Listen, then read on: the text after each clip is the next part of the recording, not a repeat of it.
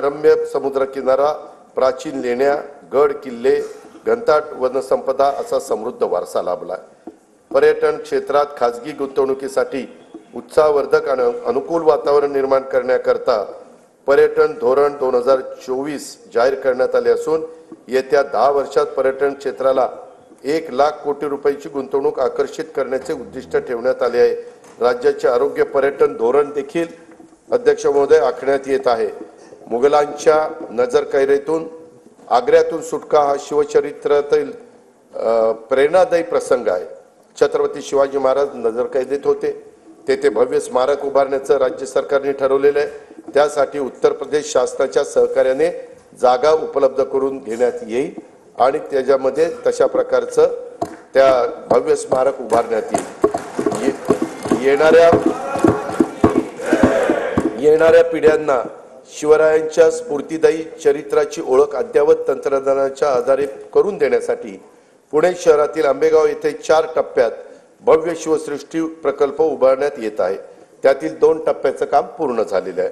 उर्वरित काम गती होण्यासाठी राज्य सरकारकडून आणखी 50 कोटी रुपयाचा निधी उपलब्ध करून देण्यात येणार आहे।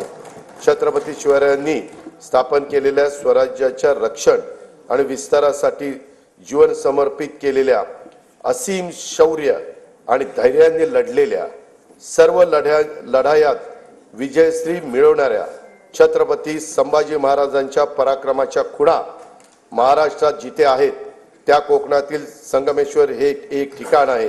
औरंगजेबाच्या महाकाय सेनेशी महाराजांनी बोटावर मोजता येतील एवढ्या शूर मावळ्यांना सोबत घेऊन येथेच पराक्रमाची शर्थ केली। स्वराज्यासाठी प्राणाची आहुती देणाऱ्या स्वाभिमानी राज्याच्या पराक्रमाची स्मृती कायमस्वरूपी जपण्यासाठी संगमेश्वर येथे त्यांचं भव्य स्मारक उभारण्याची घोषणा मी त्या ठिकाणी करतो।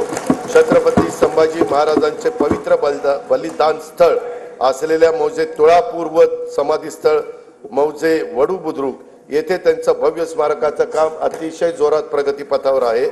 दरवर्षी एका प्रेरणादायी गीताला छत्रपती संभाजी महाराज राज्य प्रेरणा गीत पुरस्कार प्रदान करण्याचा निर्णय देखील शासनाने घेतला आणि तो अंमलबजावणी केली।